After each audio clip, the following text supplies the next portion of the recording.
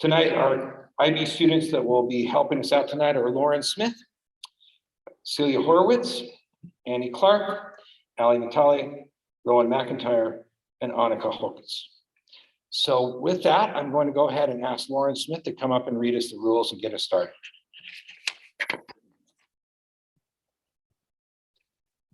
All right.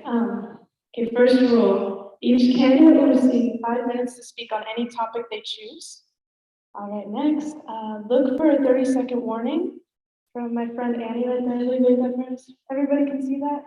That's for you guys. Perfect. Okay. Interruptions or disruptions from the audience will not be tolerated. No questions from the audience. No debate between you and your opponent. No applause or other audible expressions of support from your supporters until after your presentation is complete. No interruption or booing or other audible expressions from your supporters while your opponent is speaking. Candidates will be called to speak in alphabetical order for each race. Approved surrogates will be allowed to speak for candidates if they can't attend the event. Only the candidate or their surrogate will be allowed at the podium. Okay, presenting the first candidate for Salt Lake City Board of Education, Precinct 6, T. Richard Davis. I hope you could hear what she said better than we could back here because it was all indecipherable. My name is Rick Davis. I have been a citizen of this precinct since 1967. I graduated from East High School. My wife Alta and I have 7 children, each of whom went to Bonneville or Uinta and Clayton and East High School. We have entrenched ourselves in this part of the valley. Besides a civil law practice, which lasted 42 years, I recently retired. I've been involved in baseball and soccer and basketball and Boy Scouts and shared governance at East High School, as well as other charitable nonprofit organizations. So I've got to know a lot of people around, and I've enjoyed the support that I've received. Last fall, I received several calls from friends and parents and neighbors of people who said, have you been watching the Salt Lake City School, the school board meetings? And I hadn't. I am still a member of the Salt Lake Education Foundation, which is a 501c3 entity which gathers money for the benefit of the Salt Lake City School District, putting money where the legislature can't.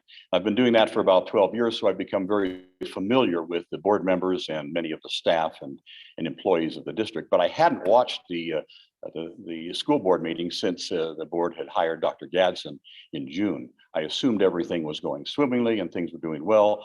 I tuned in and watched 2 or 3 past board meetings and was dismayed at what I saw. Unfortunately, the board had not found a consensus. There was bickering. There was no unifying effort that was being made. The relationship between the board and the superintendent was quite dysfunctional, and issues that should have been presented quickly, like the student achievement plan, were being delayed for months on end. At about that time, these same people had called me, said, Rick, would you entertain the idea of running for school board? Well, because I had recently retired from the practice of law, I was going to have some time on my hands. Let me talk just a little bit about what a school board is, because most people I've talked to haven't a very good idea. A school board is much like a board of directors in a corporation. They are elected by the shareholders, which are the citizens of this city. And the school board then acts as the managers for the school district. The first priority job they have is to select a superintendent who would be the chief executive officers of that school district. Once the superintendent has been selected, then the board gets together and makes a parameter or makes a policies and lists of empowerments which they give to the superintendent to execute the plans which they make together with this superintendent. That was not happening. I talked to Melissa Ford, who is currently the representative of Precinct 6, and asked her if she was going to stand for re-election. She's currently the president of the board. And by the way, Melissa is a great woman and did a great job on yeoman's effort. And she said, Rick, I'm done. I'm tired. I need to go do something else.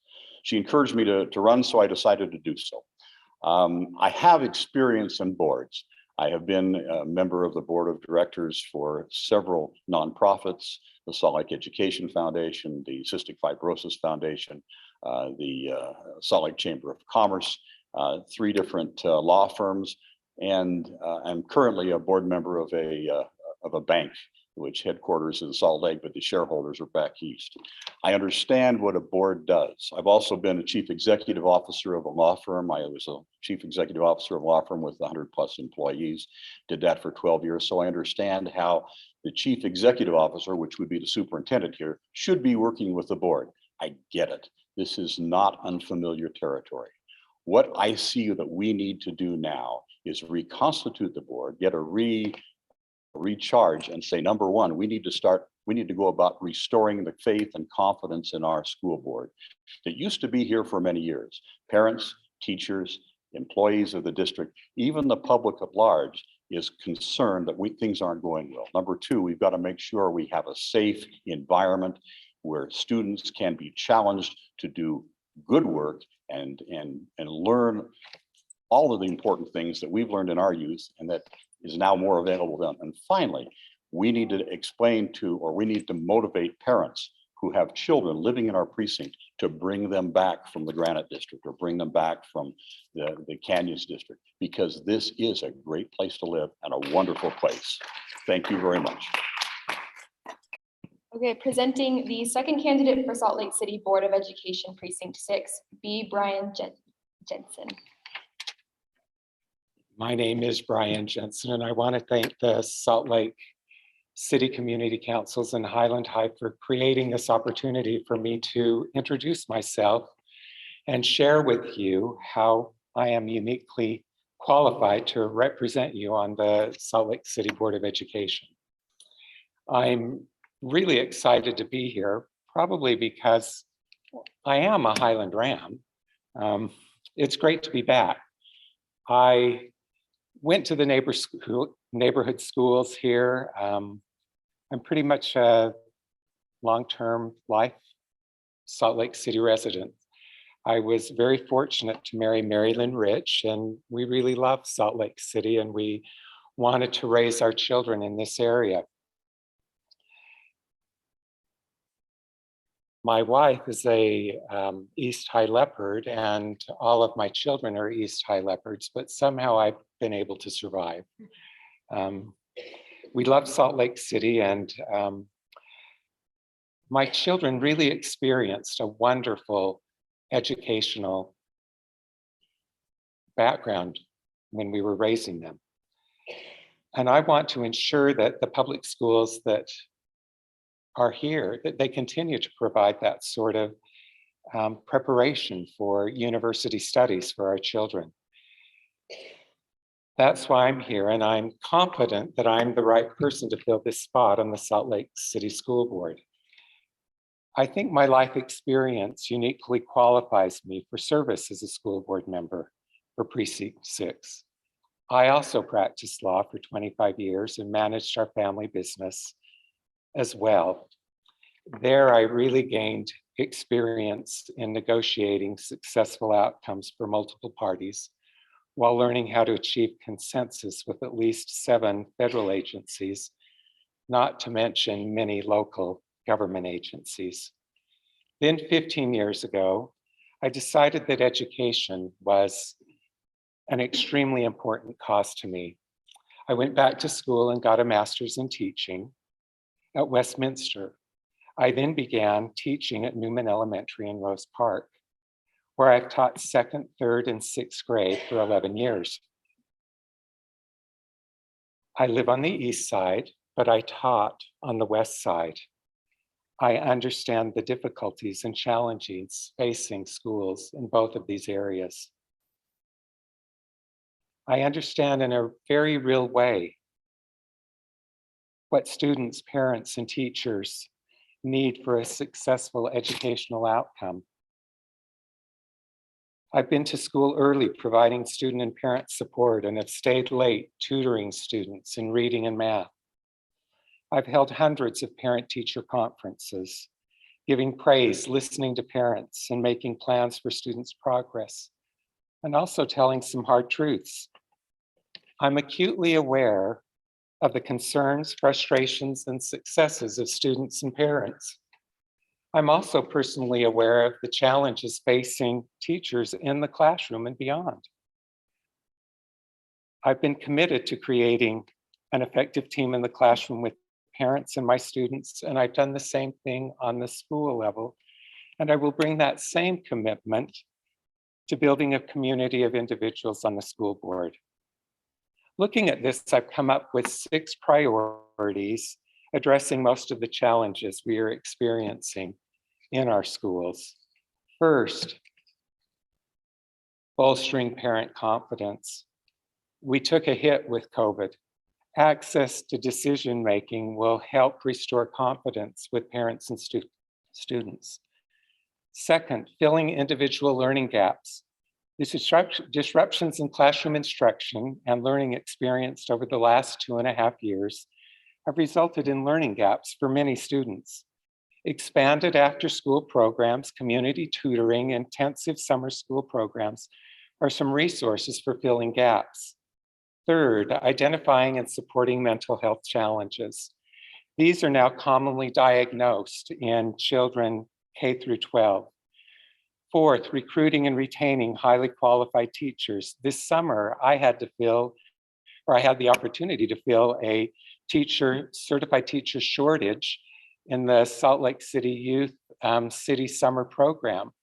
They needed teachers, so I came and worked on retaining instruction and filling learning gaps. Thank you.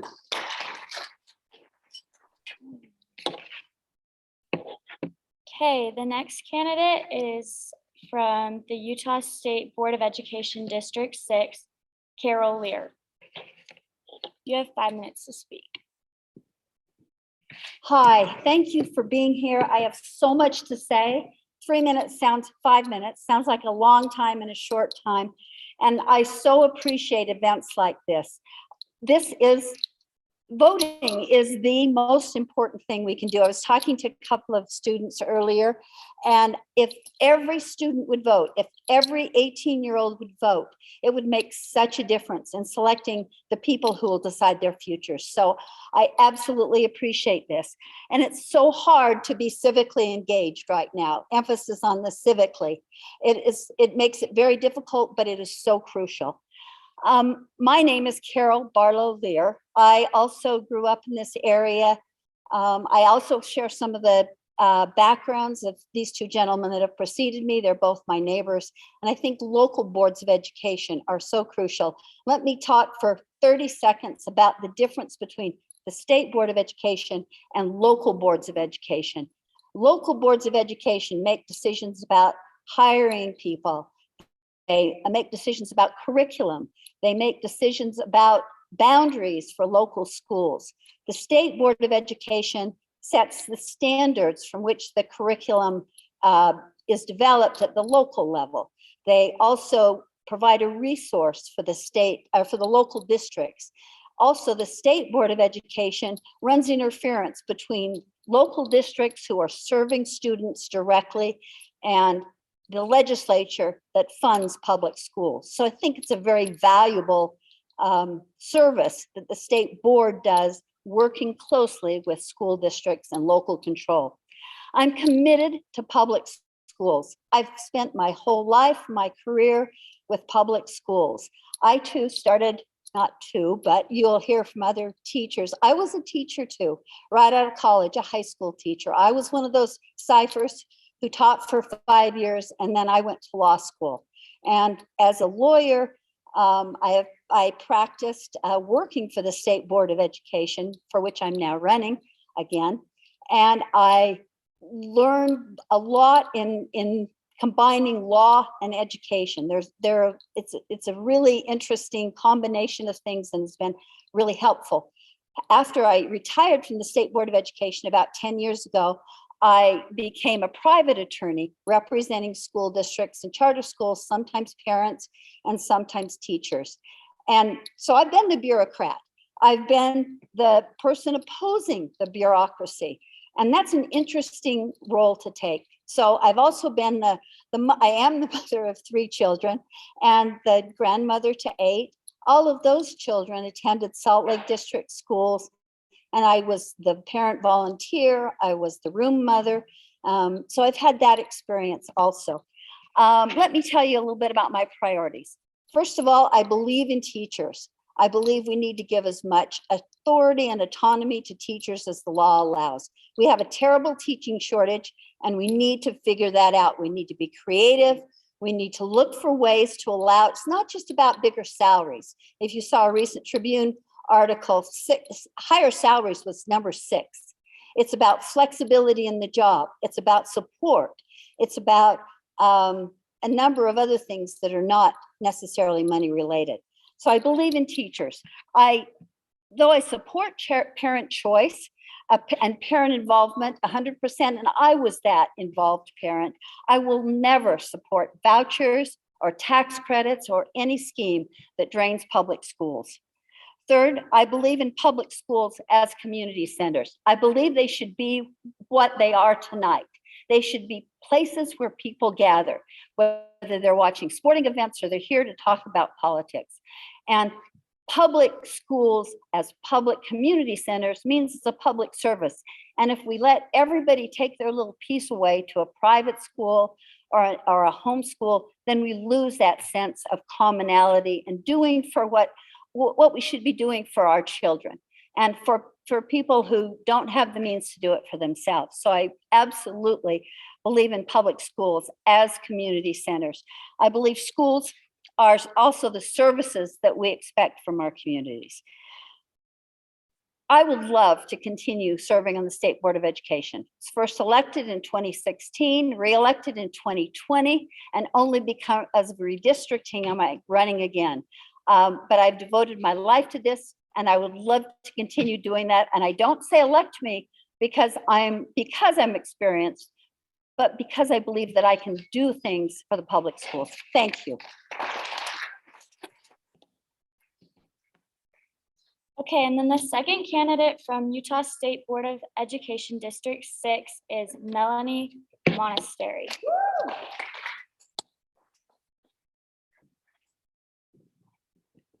Thank you all for being here tonight or for watching online.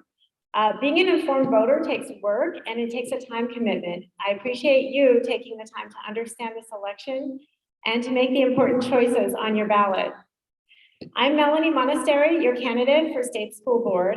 My father grew up on a farm in the country. He was the 7th of 9 children, and there was no budget for him to go to college, so he became a carpenter.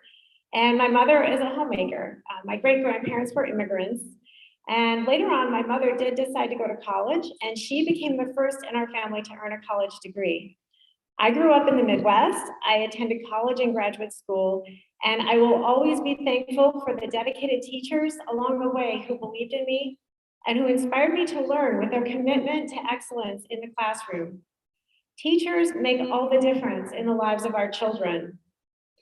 I practiced law for 10 years, and as a lawyer, I represented families doing wills and probate work, helping to plan for loved ones and for charitable giving in the community.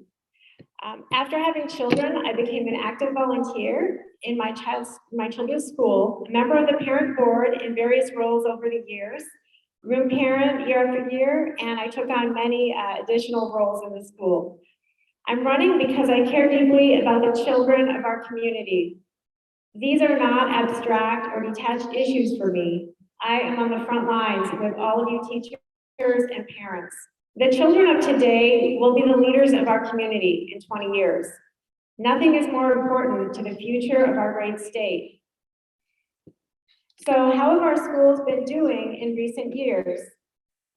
We know that our test scores have gone down, and a lot of that gets related to COVID.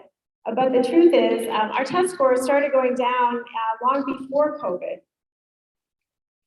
And the parents and students out there know that with the school lockdowns, being back in school with masking and distancing, the performance of our schools definitely went down. Less than half of our students are at grade level in math, reading, and science. Here at Highland, we had 29% at grade level in math. Science is similar, 44% in reading. In some of our elementary schools here in Salt Lake District, we only have about 1 in 4 students at grade level. We can do better for our students. I support every student, and I want every student to have the opportunity to thrive in our schools. That has not been happening under old policies. What can we do? We have teachers leaving in record numbers. Half of our new teachers leave the profession in the first 5 years. Our class sizes are far too high, partly because of the teacher shortage. We need to take a fresh look at what we're doing for our teachers. There are so many exciting career opportunities to our bright young college graduates. We need to make teaching a great profession again, giving our teachers more freedom, more flexibility in the classroom, taking a look at the burdens that they are shouldering day to day, and looking at non-teaching roles that they've been asked to do, and whether that can be cut back, more support staff, greater prep time. We need to restore the joy of teaching and the reasons that our teachers went into this profession. If we can, by keeping more of our teachers, we can reduce our class sizes and give our students the individual attention they need to learn better and to raise those test scores. When we look at how to improve outcomes for our students, we need to start making policy decisions with an approach that's focused on the student experience. What makes kids want to get out of bed in the morning and go to school? It is probably not math class. Kids connect in school through sports, music, and activities that get students excited about school and help them connect with friends and teachers. The more engaged our kids are, the less likely they are to develop mental health problems or substance abuse. Yet many of our schools have defunded or cut back on sports, art, music, and extracurriculars. I'll fight for better funding for our art, sports, music, debate, and extracurricular programs, because these programs bring together a healthy, diverse community of children and give them great experiences. Okay, I'm Melanie Monastery. Thank you all for your vote. Now the candidate for the Salt Lake County Clerk, Laney Chapman. Good idea. Some of us that are a little more vertically challenged, this works well. So thank you so much, Salt Lake Eastside Community Councils, the League of Women Voters, Highland High School staff and students for having us today. This is amazing. Thank you for this opportunity. My name is Laney Chapman, and I am running to be your next Salt Lake County Clerk.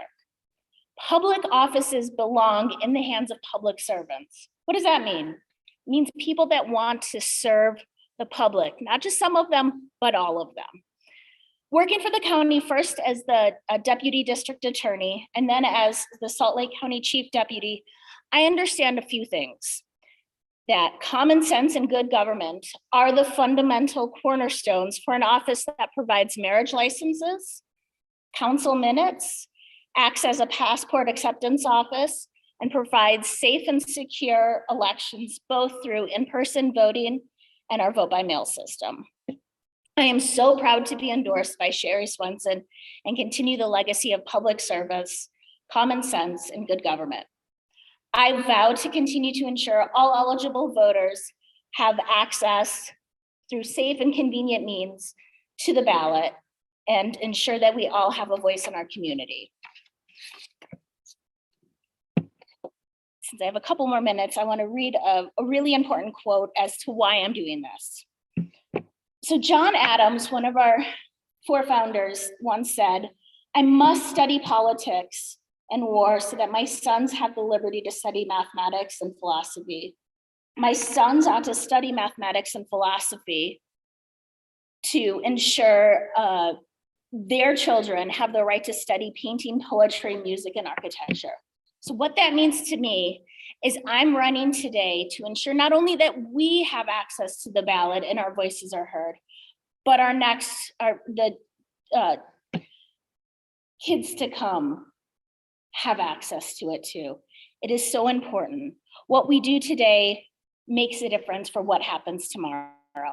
I encourage you all here that are watching, not just in person, but also online, to look at your ballot when you get it on October 18th and look at the questions and the candidates that appear and make sure that you vote for the candidates and questions that align best with your values, not just the top of the ballot, but that whole ballot. Again, my name is Lanny Chapman, and I am running to be your next Salt Lake County Clerk. Thank you.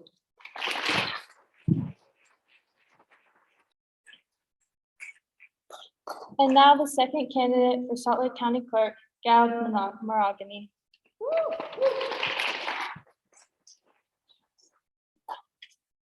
Okay, well, thank you for having me. My name is Gaud Maragani, and I'm running for Salt Lake County Clerk. You know, I never planned on running for office. So when I decided to run for office, I knew that there were posts and social media posts that I had made in the past that people might find offensive or think are questionable.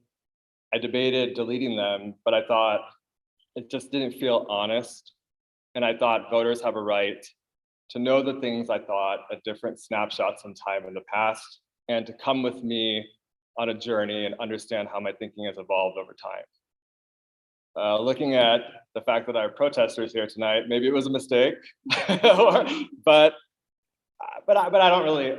I like to not have regrets about decisions that were made in the past.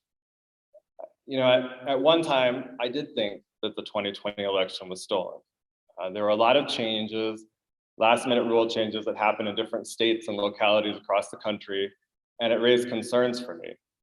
When I don't think that's really as much of an issue in Utah though, because we already had a vote by mail system. And so we were already kind of prepared for a pandemic. And those feelings motivated me to get much more involved in politics, I guess. And so what it ended up leading to is that I ended up leading the Salt Lake County GOP's Election Integrity Committee. It was the perfect fit for me because as a compliance attorney, what I do is I review systems and I find potential failure points. And I design the programs to prevent those from happening and make sure that we comply with the law. And as a compliance attorney, when I have doubts about something, I always want to go and look at it myself. It's not enough for me to just read the paper or read what someone else said. I want to see the evidence and see what I find. So, and I don't think this stuff is personal, it's just part of my job. This is what I do. Now, we did this review and we didn't find any fraud in Salt Lake County, but we did find concerning issues. And I'll just note that there was an attorney who worked at the district attorney's office and used to represent the county clerk's office.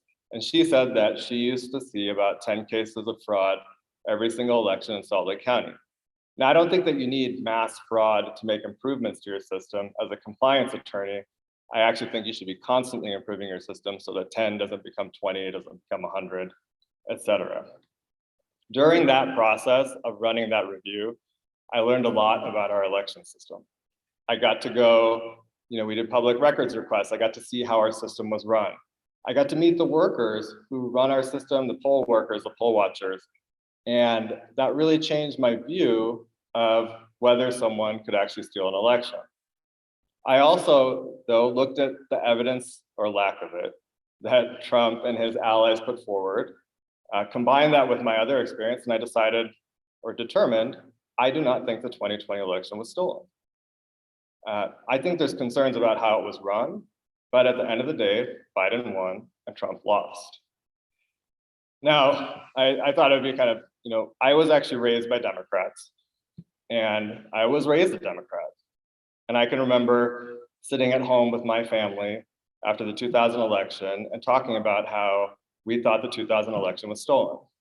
I still talk to family members and they'll tell me, Gaud, the 2016 election was stolen. And I've gone through the same voyage as them with the 2020 election. And it's kind of made me think, well, if I had those thoughts and they're having those thoughts, this isn't really a partisan issue.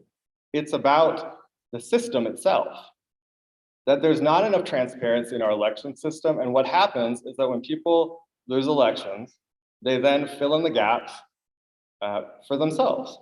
And so one of the reasons I decided to run is that I think we can bring a lot more transparency to our election system. And by doing that, we can improve the faith of all people in how our election system is run and the ultimate results that come out. So I'll close by saying this. I think that we have a real opportunity here to take our clerk's office to the next level of transparency, accuracy, and getting voters more engaged in the process and more interested in what's going on. With my background as a compliance attorney and a veteran, I think I bring a lot to the table, and I hope that all of you will consider me as you fill out your ballots in the fall. I'll also be outside, and I'll be happy to answer any questions you have. Thank you. Now presenting your first candidate for Salt Lake County Attorney, Danielle On. Okay, now you can, sorry.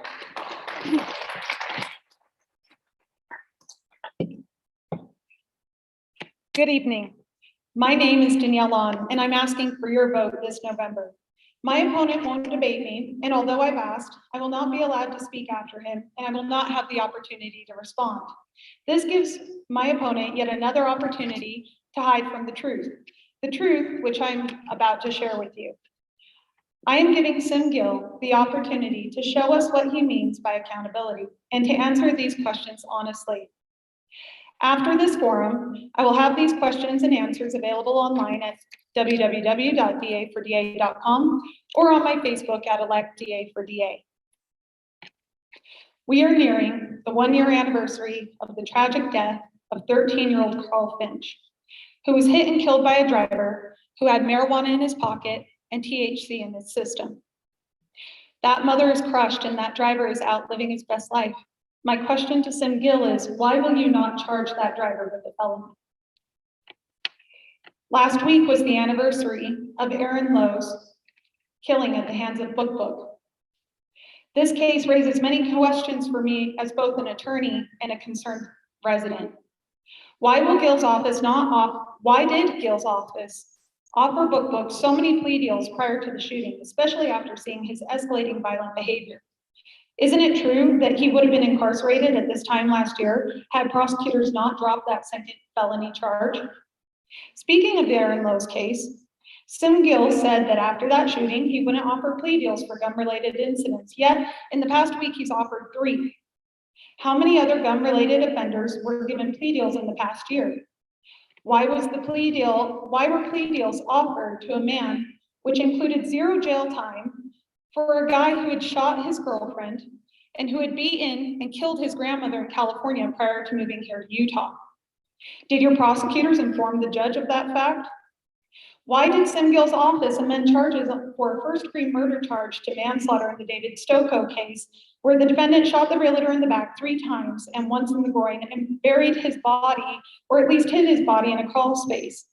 Why were other charges against that defendant dropped? And really, could you not prove intent in that crime? Sim Gill's office asked for an extension on the Aaron Lowe trial. When do you think that case will go to trial? Or will his office wait another 9 years like he did with the Richard Christopher case? You know, the one where the alleged murderer's son confessed in open court in 2017 to his dad killing 3 men and how he helped dispose of the bodies. Since I recognize that Sim Gill may not be able to respond to these specific active cases, regardless of how old they may be, I would like to ask some policy questions. How many violent offenses must be committed before a defendant is no longer qualified to be a part of your jail diversion program? We've seen a 46% increase in homicide in the past 4 years. That's 16% above the national average during that same time, and an 8% increase in aggravated assaults. How many Salt Lake County residents need to die or be seriously injured before you'll admit that your policies have failed? Hundreds of declination letters from June to July of this year say the same thing. In the interest of justice, the state is declining charges. What does that mean? Are those declinations a part of your diversion program? Why did it take you 4 years, 3 expert witness opinions, and 1 grand jury to make a charging decision in an officer-involved shooting? What are you going to do to address the toxic work environment in your office that's leading to so many prosecutors and so many attorneys and staff fleeing? How is it that a law student could recognize the obvious and inherent conflict of interest in charging protesters for desecrating your $64 million prosecutorial palace in 2020 and you couldn't? Isn't it true that you asked for a significant amount of funds so that the county council could build a big, beautiful wall around your building after that incident? My opponent will say that my lack of experience, that I have a lack of experience because I'm a civil litigator and I haven't prosecuted criminal cases. But we've had the Gill experience for 12 years and we've paid for it with our safety. When you elect a DA, you're electing someone with vision and leadership, not someone to try cases. My vision is simple and achievable. It's time that we end plea deals with repeat violent offenders. We do this by training our attorneys on litigation, not on plea bargaining. We reforge our relationship with law enforcement and we give a voice back to victims. Vote for me, Danielle On, and I will show you this year what true accountability looks like. Now presenting your second candidate for Salt Lake County Attorney, Gill.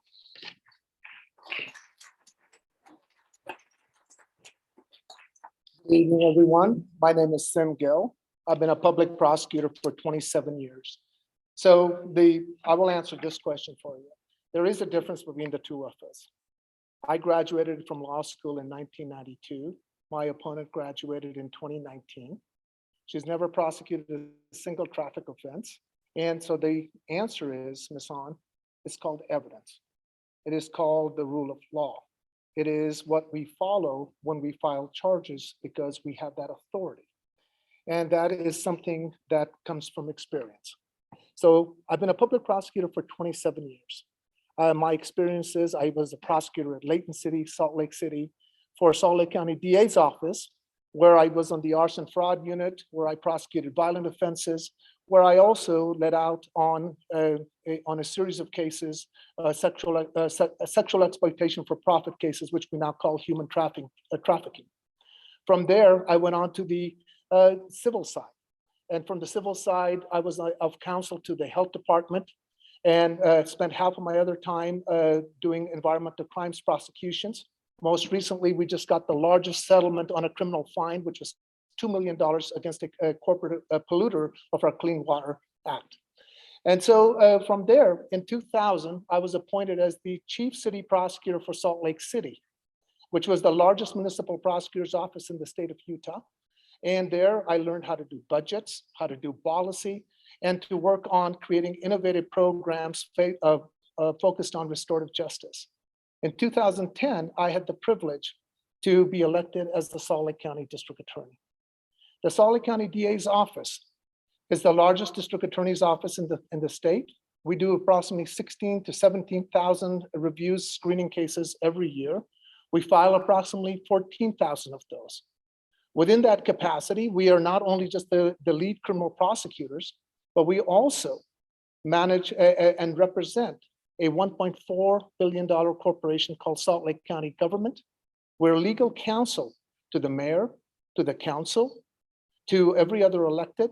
We work on tax policies, we work on ordinances. We sue and litigate on behalf of Salt Lake County.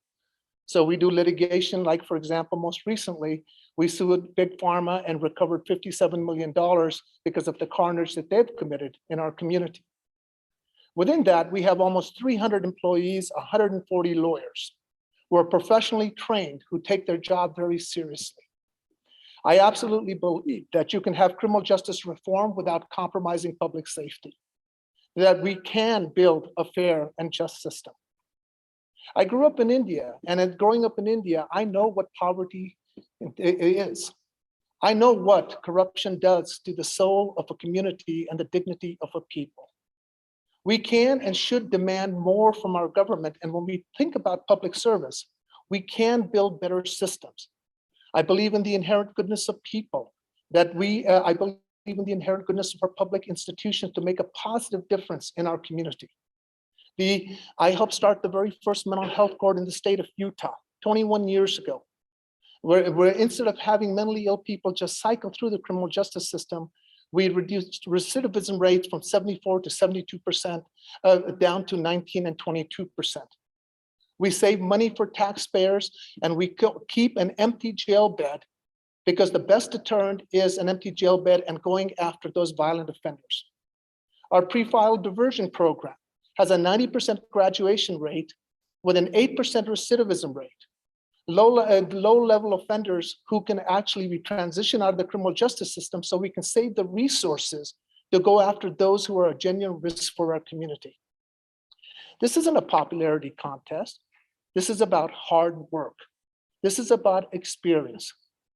This is about going and doing the right thing every time, in spite of whatever may be said against you or opposition you may have. That is the privilege of public service. We're at a time, everybody here is running for office. So let's look at experience. Let's look at competence, and let us restore that trust back in our criminal justice system, within our electoral system, within our public service. You are here because all of you have a role to play in it. This is a critical election at a critical time in our community. There's no time for extremism.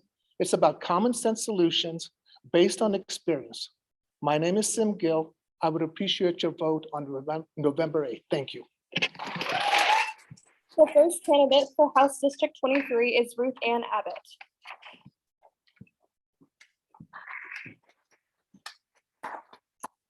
It is so great to be here, and a special thanks to Jan Hemming from Yellcrest, Landon from Sugar House, Jason from East Liberty Park, especially our high school students and principal of Highland High School. This is what community is all about. This is taking us from chaos to community, because of all the hard work you guys have gone through. So thank you so much. Community is something I've always depended on. I have been a part of this community for many years, working tirelessly to add my little few drops of oil to the well of prosperity for all. I arrived 22 years ago as a single parent with 3 children, and I had the privilege of raising, and the scary task of raising and protecting, as I began my first real paying job. I had just finished my education with a Pell Grant. I didn't start school until my kids were in school, so I was a late bloomer. And I didn't yet have the experience or confidence that came with working outside the home. We struggled, but we made it. I developed a passion for helping others gain the opportunities I had by the skin of my teeth. I believe in leveling the playing field for everyone, giving accommodations when needed. I met my husband here in Salt Lake City, and together we served 8 years on a mission for the inner city, helping those in need gain access to medical, dental, housing, and employment. Because crime and drugs were such a powerful influence in the lives of those that we served, progress was slow, but people can change when others believe in them and give them support. I learned to navigate, because I was serving these people, the social services system during this time, but it was very difficult for me, and I had an education. I couldn't imagine how difficult it was for those who can't read, or how difficult it was for those who are working 3 jobs because of the price of rent here. I serve currently with my husband at the Veterans Association Medical Center, organizing fundraisers and assisting in donation organizations, and in visiting our veterans. We taught addiction recovery at the VA campus, and feel it's such a privilege to serve those who fought for and work for our country. What a great deal of gratitude they are owed for fighting and working for our freedom. The freedom we have to succeed in this system of free enterprise. Where else in the world could I have changed direction at the age of 40 to become a professional? I don't think I could have done this many other places. Previous to coming to Utah, I also had the privilege of serving as a school board member in another state and leading numerous women's and children's organizations.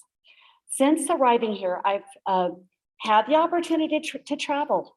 And I've traveled solo through Turkey and Czechia and many other places.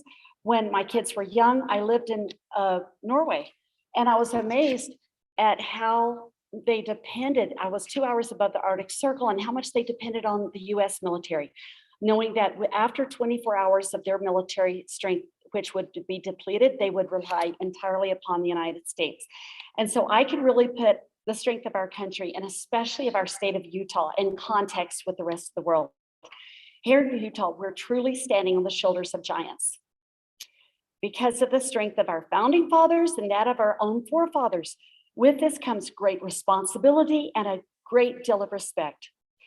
Aside from serving the poor, one of my passions is environment. Utah is the second driest state in the country, and we have the second highest water usage in the country per capita.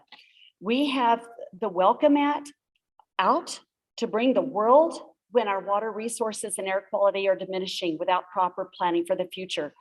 We can bring in refugees, and we have a God-given mandate to do so, but we must do so with careful planning and preparation. Utah has the #1 best economy in the nation. Economic strength and environmental stewardship are not mutually exclusive. I'm an educator and am passionate about parent rights to choose where they want to educate their children. I care about the safety when it comes, the safety that comes with a well-trained and supplied law enforcement. Combining the values set forth. Thank you so much.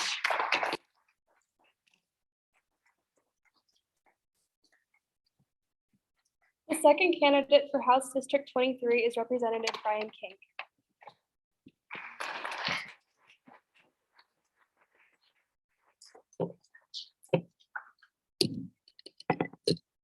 Thank you so much. This is just a privilege to be able to appear and speak tonight. I appreciate the words that have been spoken earlier about thanking our community councils, which are so important to having a group of citizens who take or who are involved and take pride and the interest in what is happening in their communities to come and be involved. I appreciate the students from Highland High being here. I appreciate so much the opportunity to serve you. I've been in the Utah State Legislature since 2009.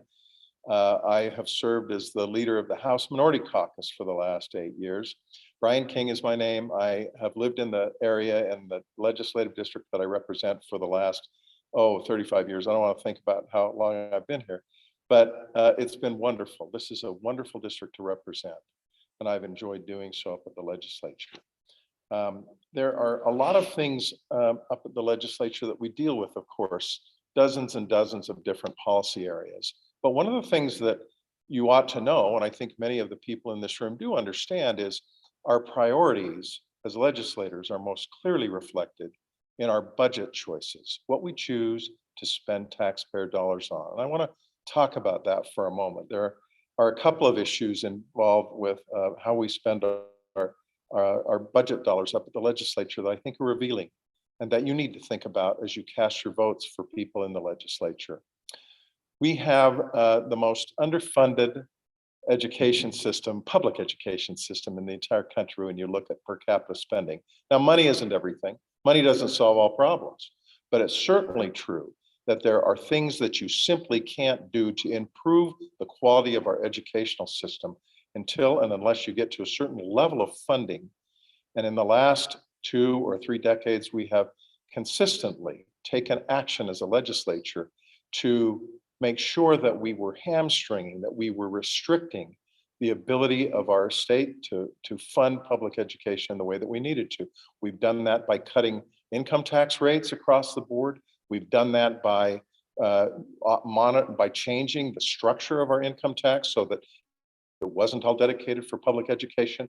And then once we did that, we diluted it by funding our income tax for use of both higher and public education. We diluted those sources again for what we could use that money for in a way that had the effect, if not the intent, of reducing the funding that's available for our public education. That's something that reflects our values as Utahns, and not in a good way. My purpose, my goal at the Utah State Legislature is to continue to fight for more than adequate levels of public education funding. We need to improve that in a way that will guarantee that our future generations, our children, our grandchildren will have the kind of quality public education system that they need and that we want for them and for us to improve the quality of life for all of us as Utahns. There are problems that we've got in terms of our allocation of funding for our tax structure, in terms of making sure that those who are struggling to make ends meet the most have the greatest ability to do so. We can do a much better job of that to reduce the gap between those that have and those that have not here in the state of Utah. Again, this is a quality of life issue for us, and we need to do a better job at the Utah State Legislature of dealing with that. There are two substantive issues I want to touch on that are of great importance. One is we've done work on a bipartisan basis up at the Utah State Legislature to improve the quality of Great Salt Lake. This is a critically important issue. We're seeing the lake diminish in size, and that's a problem. If we have that lake disappear, nobody in this room is going to want to live in the Salt Lake Valley in the same way in the future that we have in the past. We need to do a better job of making sure that enough water gets into the Great Salt Lake. And finally, one important issue that we deal with at the Utah State Legislature that I'm committed to, and we've seen action on a national level just in the last few months, is reproductive rights. I'm the father of 4 daughters. It's critically important to me that from my perspective, we keep government, federal, state, and local, out of the most important personal and private decisions that we have as human beings. I will work hard to do everything I can to make sure that the Utah State Legislature doesn't impose their will on those kinds of decisions. Thank you. My name is Brian King. The third candidate for House District 23 is Cabot Nelson. Good evening. My name is Cabot Nelson. I live in House District 23 at the about southeast corner you can be in the district. I live near Fairmont Park.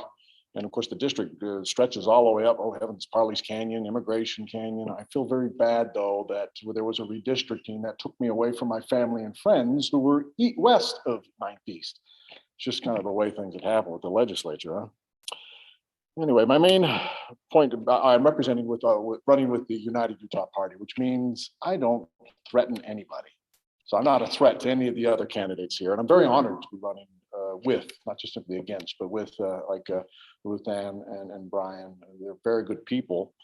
But also as a candidate, everybody's entitled to my opinion. And I'm going to share some of my opinion with you tonight. The major issues that I have and the positions, policy positions that I would take, there's not much too different from the Democrats. For instance, Representative King has a good point regarding what happened with the income tax back in 2008. For the students who want to know about what had happened, is there was a 2-tier system, 5%, 7%. Governor Huntsman said, let's just knock it all down to keep it at 5%. And then that started the ball rolling. Every time the economy grew enough that the education was getting funded a little bit better, they'd cut it again. And then it would grow a little bit, and they'd cut it again. It's like, give me a break. It's just for the price of a couple of overpriced coffees from Starbucks a month. We could have a decent, from each household, we could have a decently funded education system. So that's the big concern that I'd have. Environment and water, yeah, that's true. For the Great Salt Lake has no legal right to exist. Yeah, that's just kind of a deficiency that put into our state founders when they wrote our Constitution there, giving all kinds of primacy to water rights. That's kind of ridiculous. I'd like to actually see those water rights to be taxed, but then in exchange, they could allow the water to go freely if they're not using it at the time. See, right now, it's you use it or lose it. Is you use it or you lose your water rights. Well, that's kind of a concern. Let's change the way the structure works. Unfortunately, it would probably take a constitutional amendment. I also echo Representative King's position regarding abortion. I'll just simply say the word right up front. Yeah, it looks like for the Republican side, the dog caught the car, didn't it? Yeah, that Dobbs decision really put a rotten element within our populace. And now we're reconciling that. Woman's right to choose. at a very critical time. And now in order to seek the quality care that she would need, especially in an emergency like that, what, have to name the rapist in order to get permission to have the abortion? I mean, that's ridiculous. Oh, and we're also facing a possible brain drain too. Yeah, imagine trying to set up shop here as an OBGYN only to be hounded by the local Gestapo because the legislature is telling you what you should do. No, I'm not in favor of that at all. That's, no, we got to stop that. Okay, on the homelessness issue and housing, I think they're related. I would like to see some state leadership regarding the reduction of some of our zoning laws, enabling people to densify. I do not like the idea that smug suburbs can have their single lot, 1 acre zoning, therefore making sure that poor people can't live there. You have to have the income of a thoracic surgeon in order to live in Fancyville, Draper, Utah, and therefore we don't have any poor people. Yeah, we'll just shove them all down to Salt Lake. Yeah, that's a problem. That needs to be brought through state leadership. But on our politics, yeah, it's pretty darn corrosive. I know I have a minute and a half left, but let me tell you, right now, the reason why I'm running the United Utah Party, because I don't see anything coming out of the two major parties that's something for me. I am, frankly, the least educated person on this right here. I don't have my MPA, my MBA. I only have my bachelor's. See, my dad pulled copper out of Kennecott mine, put food on our table. And now the Democrats, which would represent families like mine, no, they're more concerned about things such as the transgenders, the gays. Let's defund the police. Let's open our borders.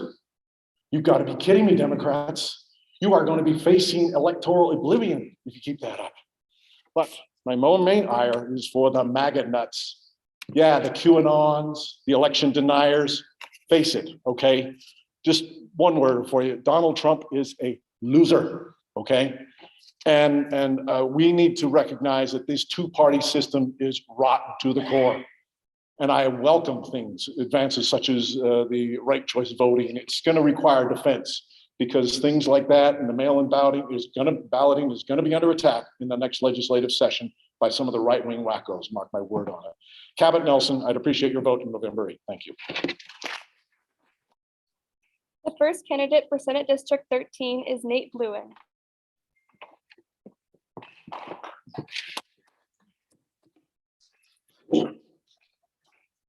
Hi everyone, as you can see, I'm not Nate Lewin. My name is Arushi Verma. I'm a student at the University of Utah and a climate organizer for the Salt Lake Valley. I'm here to represent Nate, who's running for State Senate District 13. Nate's sorry he couldn't be here tonight, but he had some personal matters that came up and wasn't able to make it. Nate chose Utah as his home in 2009. He moved here from New Hampshire to be close to the mountains and public lands, and eventually attended Salt Lake Community College and the U, and also completed a master's degree out of state. He's committed to making the opportunities that he's had accessible to more people in our state. Nate's worked in the renewable energy industry since finishing school and wants to see Utah become a leader as we transition away from fossil fuels. Nate decided to run for this seat after sensing inaction from leaders on a number of critical issues. He wants to build healthier communities by addressing air quality and the Great Salt Lake. We as a state need to take greater steps now to reduce emissions and send water back to the lake, or we're going to find ourselves living in a dire hazardous scenario. Nate's experienced in working with environmental advocates and industry leaders to find solutions, and he wants to take these issues on in the legislature. Nate also believes in fair governance and will speak up to protect voting rights. We need a balanced and level playing field, and vote by mail and the Independent Redistricting Commission are critical aspects of a strong democracy. We've got to demand accountability from our leaders, and Nate's worried about the choices being made on Capitol Hill on a range of issues, including how the state awards contracts and fundamental separation of powers. 2022 is a critical election cycle, and we've got a chance to elect a slate of mainstream candidates who are united in pushing back against political extremism and divisive rhetoric. It's especially critical to exercise your voice. If you want to learn more about Nate, please check out his website, nateforutah.com, where you can find out all of his contact info. Since he couldn't be here tonight, he hopes you'll reach out soon, and he looks forward to earning your vote when you've received your ballot in a few weeks. Thanks to everyone. The second candidate for Senate District 13 is Roger Stout. Howdy. I appreciate being here tonight, and I appreciate those who organized this event. It's a great opportunity to speak as somebody who has pretty much been an ordinary citizen. I was born in Salt Lake City. In my young years, my parents moved around a bit. And I did my family with them.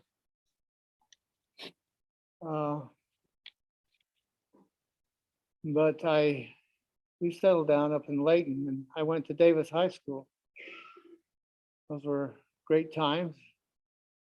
I graduated in 1964. I was a Sterling Scholar in mathematics and the valedictorian of my class. And as you can see, it was a rough year.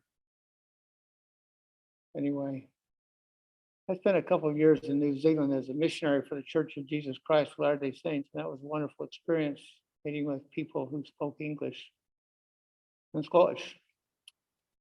And I returned, went to the University of Utah, graduated with a degree in physics and mathematics. And then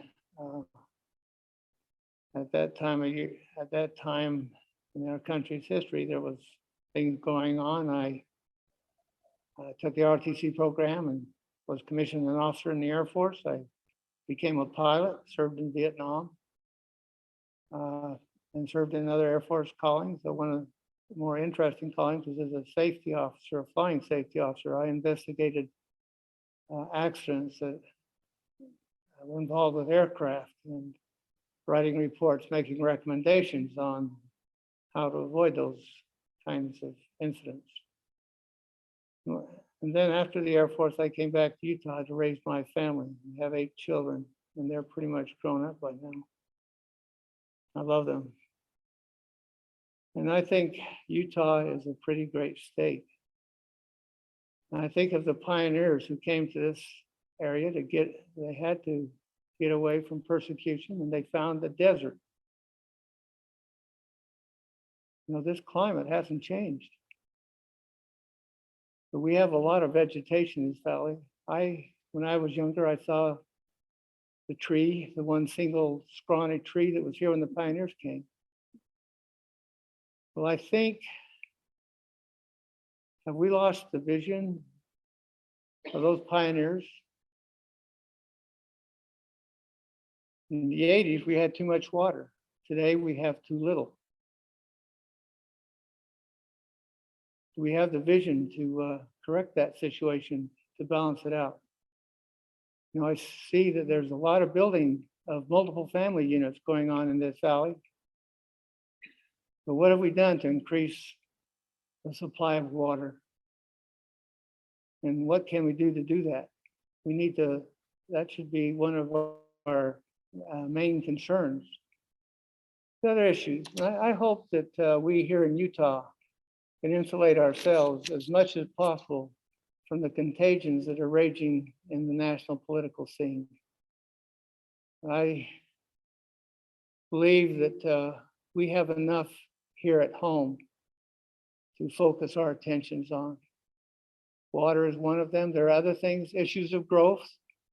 We need to look at that because we want to grow, but we have to be able to sustain that. We need to be practical.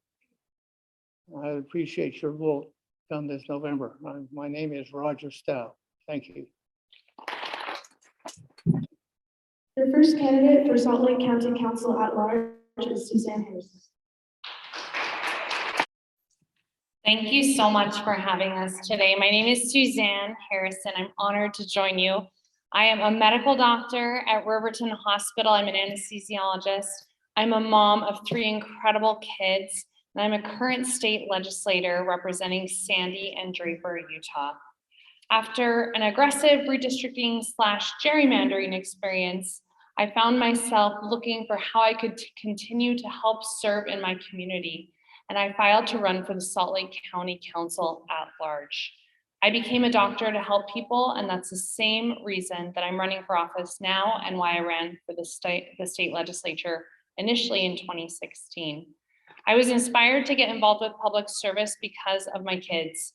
I was volunteering in my daughter's kindergarten class when she had 29 kids in her kindergarten class with 1 teacher and no aides. And I was there helping kids that didn't know the alphabet and also kids that could read fluently. And I thought to myself, oh my goodness, we live in a state that talks about how much we value our children and value education and value quality of life. And yet when you're in the trenches, there are so many needs not being met. And I thought someone should do something about this. Like someone should help. And it occurred to me that I could be the person to help. Just like many of you out here today are helping in so many ways. I felt inspired to help by running for office and advocating not just for my 3 kids, but for the kids and the future of all children in our state and in our community. That's the same commitment I bring to running to represent you on the Salt Lake County Council. When I first ran in 2016, I ran in a race that no one thought a moderate Democrat could win, but I came within 3 votes of winning an election. And rather than giving up and going by my way, I filed to run in the next year and won definitively.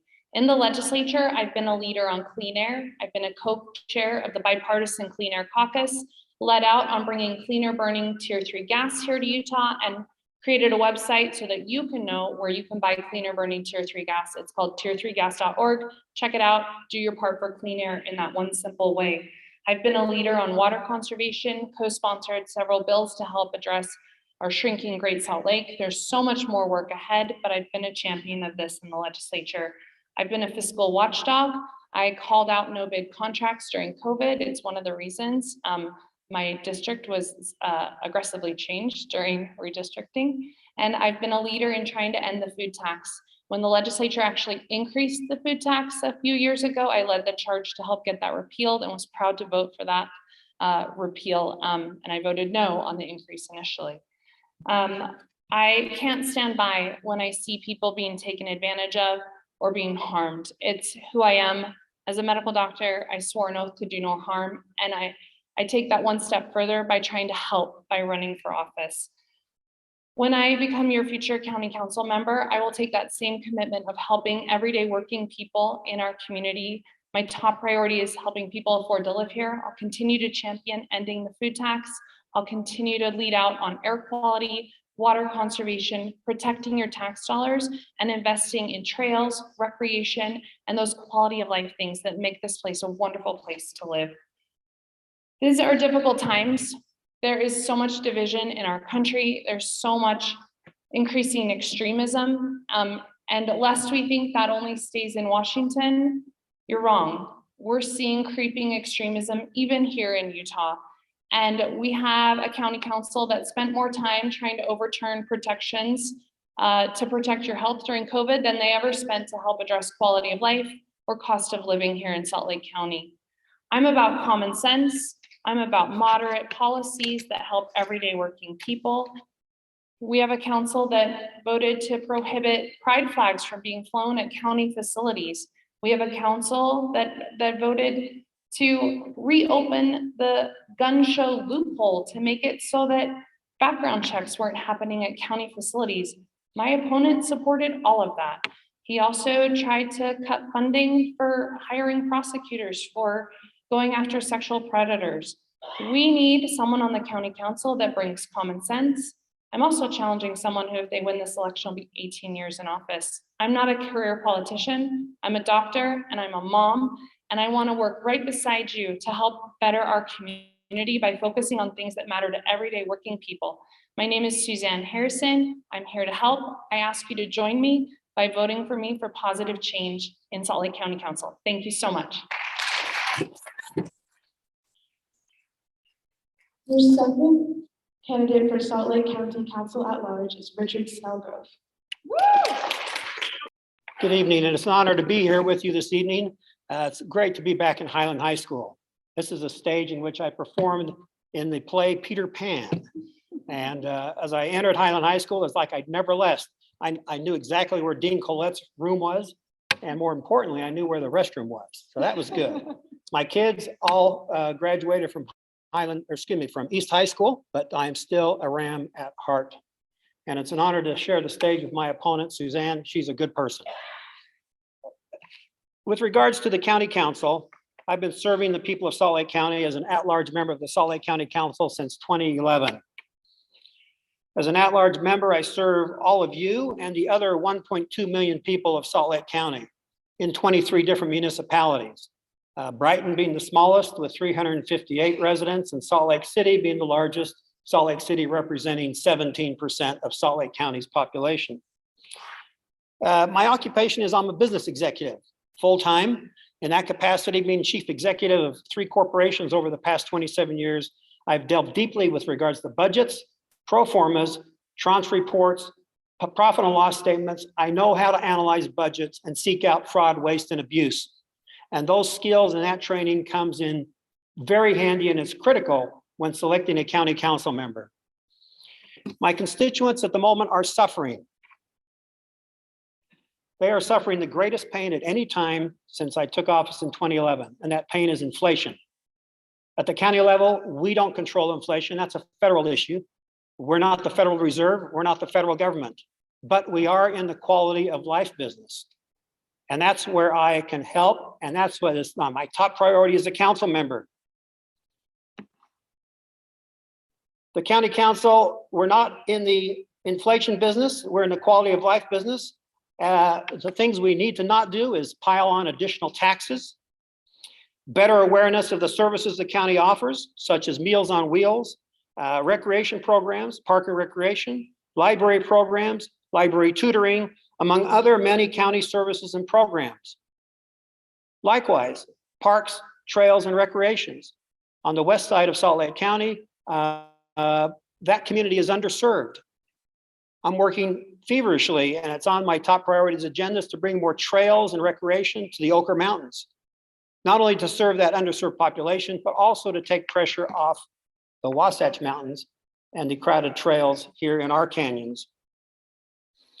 Quality of life also includes feeling safe in our homes. The last thing we need to do is defund the police. Most recently, just 2 weeks ago, we had an incident in Taylorsville where an intruder broke into a house in the middle of the evening, started to stab an innocent husband and wife in their home. The husband left the home, was able to escape screaming. Neighbors frantically called 911 as the intruder left the house in pursuit of the wife.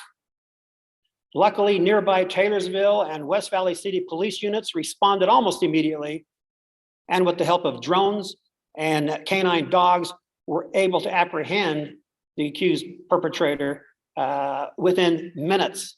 This would not have happened without a well-funded police, which is vital to our quality of life. Our quality of life is also directly tied to the environment. At the present time, there are several critical environmental issues facing Salt Lake County.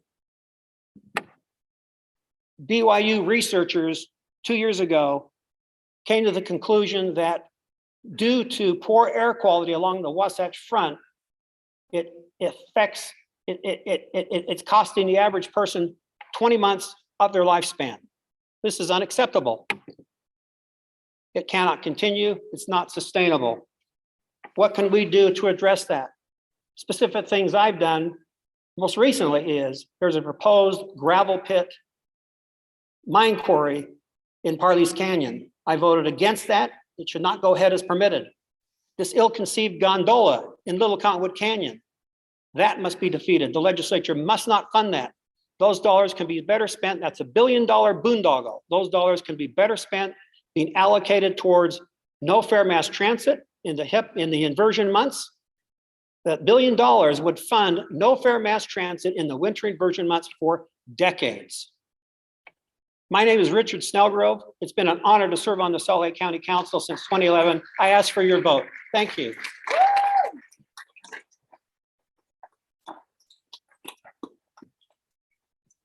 Well, I hope you were inspired, as I was, to listen to these very passionate servants of our community. I'd like to thank Jason. I'd also like to thank Landon for helping put all this together. I'd like to thank our audio-visual people here in the back. Give them a quick little round of applause. I'd also like to thank Highland High for hosting. Of course, I'd like to thank Lauren and Rowan and Celia and Allie and Annika for helping us out. That really, I thought, added a nice element of witness to this event. Thank you very much. Thank you, Annie. I'm sorry, you're awesome. You did a great job. Thanks again. What a great night. And thank you, Kyle, for helping out and helping us arrange this. I just want to say this concludes the presentation part of our night, but the candidates will hopefully be available for questions outside in the foyer if you have some questions that come from the presentations. I also just want to thank the candidates. It takes a lot to run, it takes a lot to sit up on this stage, be blinded by the lights. So thank you. Let's give them a nice round of applause for coming out here tonight and telling us about their campaigns. A recording of this video will be available on all the community councils, all 10 of them that are supporting this. So if you missed part of it or want to share this with your friends, check out your local Salt Lake City Community Council. They'll have the video, they'll be able to share it, and more voters can get it. Ballots go out October 18th in the mail, and the election is November 8th, a date that you guys are probably looking forward to. So make sure you vote and tell your friends as well, up and down the entire ballot. Thanks for coming tonight. We appreciate it.